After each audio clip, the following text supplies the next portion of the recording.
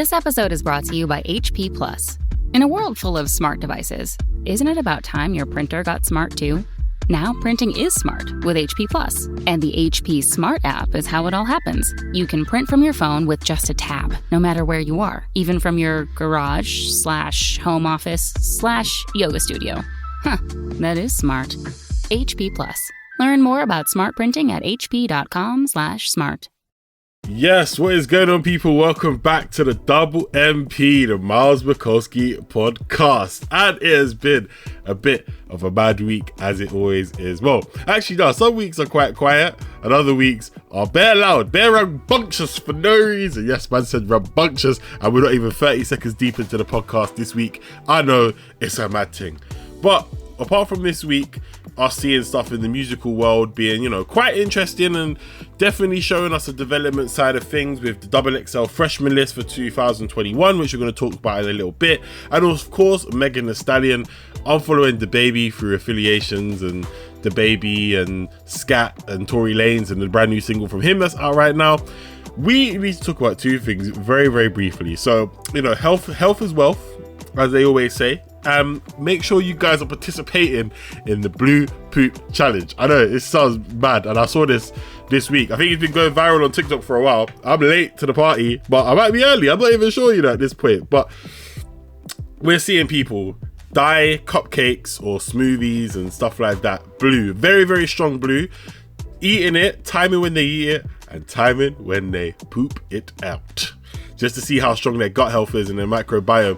I would suggest, if you want to do this and see how strong your gut health and your microbiome is, go ahead and do it. But you ain't see Miles do it, I ain't doing that. That's not me. I'm not trying to join that vibe right there, As long as you're going to the toilet, you know what I mean? You know you're good. Unless you're seeing stuff that you shouldn't be seeing on a regular basis, then consult your doctor. But let's not go that far. Yeah? That's number one. Number two, the other topic that was mad this week, which is not music related, was that nurse getting baited for using a dead woman's credit card to buy fizzy drinks, crisps, chocolate, snacks, and I'm at this on several occasions as well, not just one occasion, several in Birmingham. I believe she got in some serious trouble for it. And this news topic has been going worldwide, doing an absolute madness, and deservedly so. Imagine you're someone that I'm not even going to put a tag on it. Imagine somebody passed away, and the next thing you know, you might have, as they were getting older, because the woman who passed away is 83 years old, say a grandmother type figure, right? You maybe started looking after her accounts and affairs as she got old, and there was bills to pay and stuff like that. They tell you that she's passed away, but yet 15 minutes beforehand, you see Sainsbury's £3. And on another occasion, you see Tesco £5. You see Morrison's, you see all these other supermarkets, right? Whatever country you're from right now, your local supermarket, you're starting to see transactions. Big man thing, you're going to be like, what's this? Because I know my granny weren't out here on the meal deal vibe. So where is that money? Who's doing what? So this woman, her name was Aisha. Aisha in Birmingham. She got baited. She got put in jail. It's peak. I believe she got put in jail. I'm not 100% sure if she actually did get put in jail or she got a sentence. She definitely got sentenced for it. And yeah, it's deep. And the thing is, even if I played the strongest ever devil's advocate and said that, when you sometimes meet elders and they might, back in the day when you were a kid, they give you a $5 and say, oh, take this when you go shop or buy something nice with it. And the old woman might have said, oh, you're such a great nurse. Please buy your lunch on me. Here's my credit card. There's no proof of that because the woman's dead. So you can't actually come out and be like, oh yeah, she told me to do that, because everyone will be like, no, she didn't. And if you try to say, oh, but whatever the old woman's name is, a woman's not going to respond to you, and she ain't written it in a will and testimony, so chances are you ain't getting away with it. So yeah, that's the two major topics of the week that I saw that I was like, raw, what is this nonsense? Why is this moving mad? But that is where I left it. But music related, I want to talk about this topic first because it's quite important. Not important, but it's nice to always see development. So coming up, we're going to be talking about the XXL freshman list of 2021, and DDG's on that list. And DDG recently, I mentioned this a bit later, I'm going to mention it a bit later, deleted all his old videos and vlogs from 2014 on his main Pontiac Made DDG channel. We're seeing him evolve into an artist, and now he's on a freshman class and stuff like that. Moonwalking Calabasas was massive, but I want to talk about another artist who may eventually find himself on the list potentially next year, and that is KSI. Now, the evolution of KSI's music, and I'm literally talking to you straight off the back of watching the brand new video of his song Holiday, which is going to be on his upcoming album. Over the last year and a half or so, especially since like 2019, I've seen KSI pop up in some different places musically, not YouTube wise, because on YouTube we know it's massive, but musically, people don't respect YouTube artists or YouTube rappers. YouTube singing is slightly different, because if you can kind of branch away from it and you just said, oh yeah, I was just doing covers on YouTube, most people are going to be kind of receptive to you if you start breaking away and you can put some distance to yourself. I know people like Troye Sivan, who's not in the hip hop world and that, but was on YouTube, but now is just seen as a full-fledged artist, and there's so many other examples as well that you can use in that equation. But with KSI, I remember seeing this about a couple of years ago, that Naruto drilling song that he did. It was a remix of Ofika's song, who's in the Irish drill artist. And then KSI was on the remix of that, and I was like, okay, KSI try and drill, okay, not too bad. And then we got Dissimulation last year, and really and truly, apart from it being very heavily auto-tuned, and I feel like taking a lot of influence from Travis Scott, it wasn't a bad tape. And I kind of walked away from it being like, rah, like, this is pretty good. This is very, very good. I'm not even mad at this, like, whatsoever.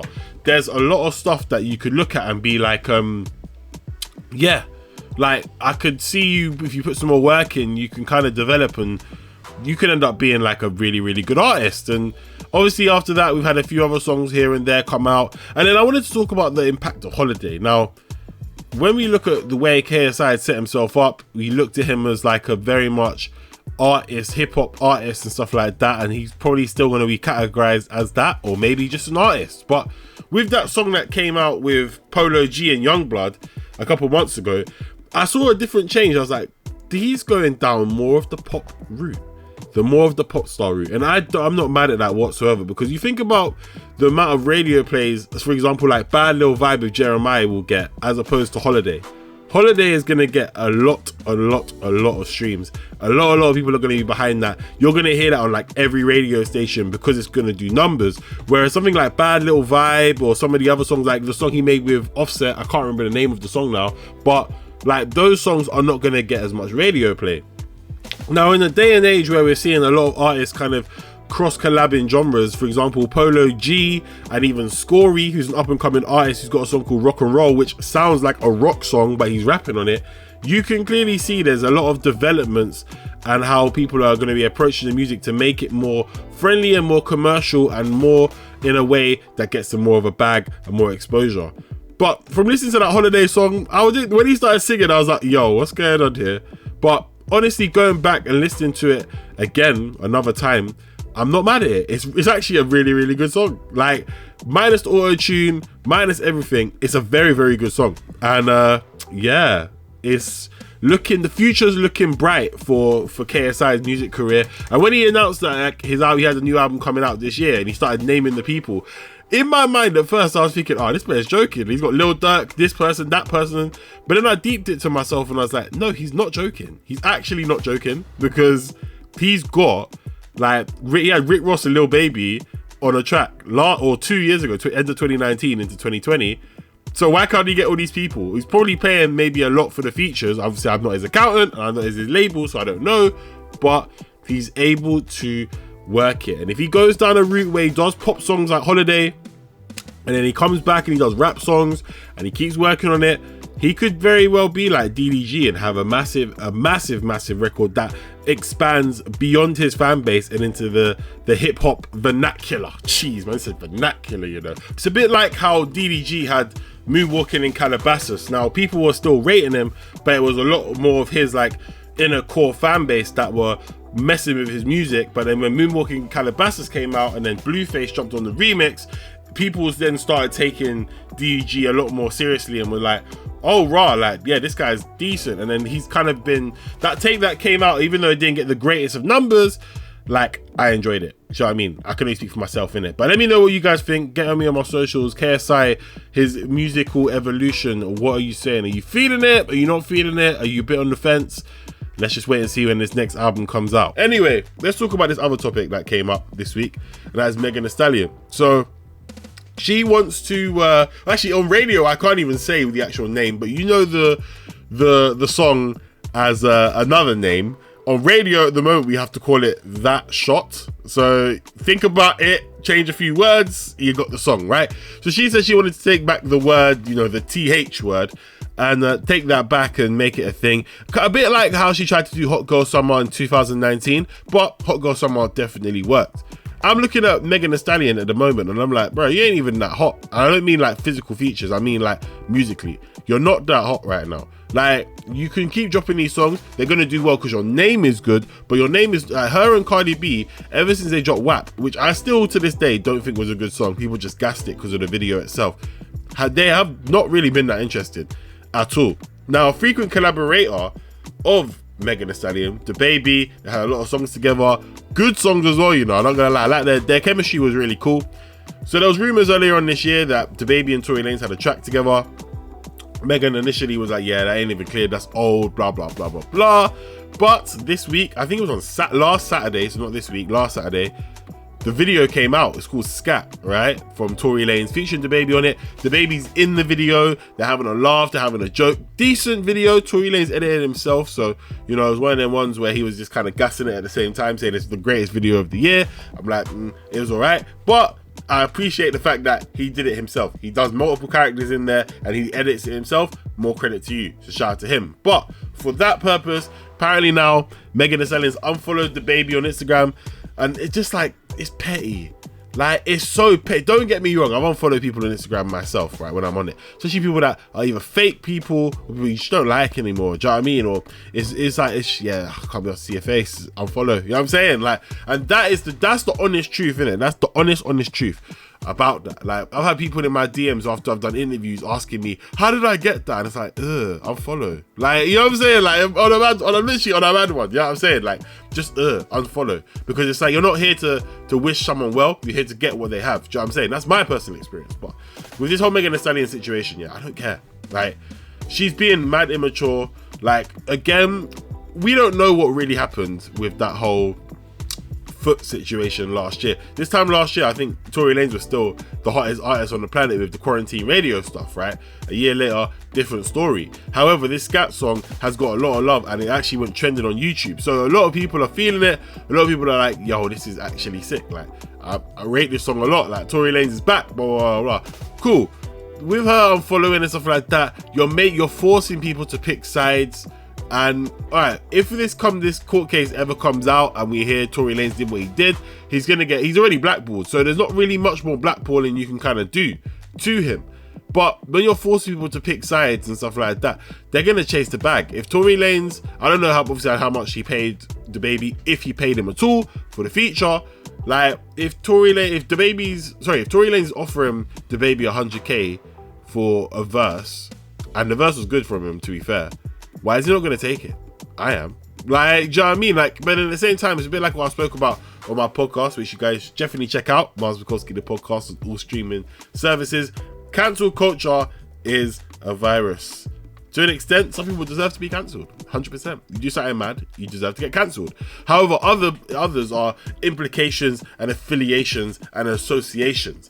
If DaBaby does that, then people will come out, because there was people already like Megan Thee Stallion fans coming out saying, oh yeah, I didn't like DaBaby anyway. It's like, yeah, alright, cool, you're just saying that because Megan's upset, whatever, cool. I mean, it is what it is. However, it's more about the implications of like,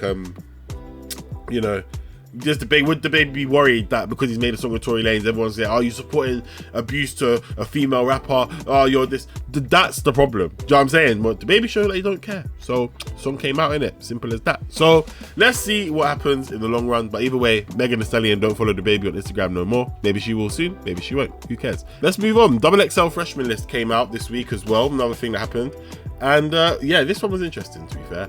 A lot of people were controversial, a lot of people were shrouded in controversy. There we go, controversy. Yeah, I say controversy. But I don't think this list is that bad considering all things 2020. Like, the way 2020 was shaping up, it looked like a bad thing. This list ain't even that bad. So we got Moray on there, who had the song Quicksand, which is still doing well, and he's on the My Life song with J. Cole and 21 Savage. Ian Dior, which felt a bit out of place, probably should have been on it last year. I've never heard of Lakia in my life. Maybe I have to check her out, maybe I won't. DDG, of course, former guest on the show, and deleted all his videos of his vlog channel, Pontiac Made DDG, which was a bit mad because there was a lot of stuff from like 2014 onwards there. People actually grew up watching his vlogs, not anymore. After that, 42 Doug, or 42 Doug, who a lot of people are like him, that Maybach song where he's like, where Future's like, tell Steve Harvey out. Well, that song bangs, I can't lie. I'm not really a big fan of 42 Doug because of his voice, but I see the appeal for some people. Ruby Rose, never listened to a song in my life. Blast, I've played on the show before, and I played on the mix show, so I'm happy to see that. Pooh Shiesty, I mean, was pretty much like Back in Blood has been a massive song. He's been everywhere, makes sense. Tusi, another former guest on the show, his work rate has been incredible. Not gonna lie, over the last year, he dropped, 2-3 albums. He's been doing a lot of work, so shout out to him. Coyle Ray as well, another person with No More Parties, where she blew up at the start of this year, so it allowed her to easily be an easy addition to the list. And Flo Milli, who I've definitely heard of, I definitely heard some songs, but I haven't really listened to like that to make a comment of she should be on the list or not. But that was the XXL 2021 freshman list. I'm just looking through all the lists of the ones they've done because they release them all the time. But the 2021 was actually like a lot better. Like the 20, was it 2020? Oh yeah, the 2020 list was actually wavy. Like Polo G, Cowboy, NLE Chopper, Lil Keed, Chica, Lil TJ, Jack Harlow, Baby Keem, Rod Wave, Mulatto, 5 Foreign, and 24K Golden. Like, pretty much most of them are still around now. Whereas if you look at the 2019 one, even they're still doing bits as well, to be fair. The 2019 one, the 2019 one might be stronger than the 2020. The Baby, Megan Thee Stallion, YBN Corday, Rico Nasty, Gunna, Comethazine, Tierra Whack, Lil Mosey, Roddy Ricch, Blueface, and YK Osiris. Those two lists are not bad. I'm not even gonna lie. Those two lists are very decent. Whereas the 18 one, yeah, the 18 one's a bit shaky still, but it's still decent, but it's a bit shaky because like Lil Pump's not really around no more. Ski Mask is not as hot as he was. Smoke Purp is definitely a myth. JID is good, but it's not hot like that. Stefflon Don isn't as popping as she was, but it was still a good look for her to be on it in the first place. Block Boy JB, don't really want to ever hear a song from him again. Not because I don't like him, I just don't think he was that good in the first place. YBN Namir, Soul Train, that's all I gotta say for that. That was trash! It was bad. Wi-Fi's Funeral and Trippie Redd. So yeah, that's not bad, but it weren't great. Do you know what I mean? But that is it. That is all I'm going to talk about on this XXL freshman list. Let me know if you're rating the people on the freshman list this year. Are they good? Are they bad? Did they make some critical mistakes, some errors? Who should have been on there? Who shouldn't have been on there? Let me know on my socials. And if there's enough people coming with some controversial people, then we'll talk about it next week. But that is it. That is the end of the Double MP. What a week on the Miles Mikulski podcast. Of course, I apologize for missing last week. I think I was doing something on the Sunday. I'm not gonna lie, I've been trying to catch the Euro 2020 vibes as well, you know. Shout out to everyone who's watching that. I'll be back next week with another set of topics on What a Week on the Miles Mikulski podcast. I will see you guys then. Stay safe, stay blessed. In a bit. Peace. Calling all families, Discovery Plus has thousands of shows that will bring everyone together. Stream exclusive originals like Chop Suites and Design Star Next Gen. Plus, explore a huge collection of family favorites like Planet Earth, Cake Wars, Mythbusters, and many more. All for just $4.99. Discovery Plus is the streaming home for the whole family. Plus so much more. Start your free trial today.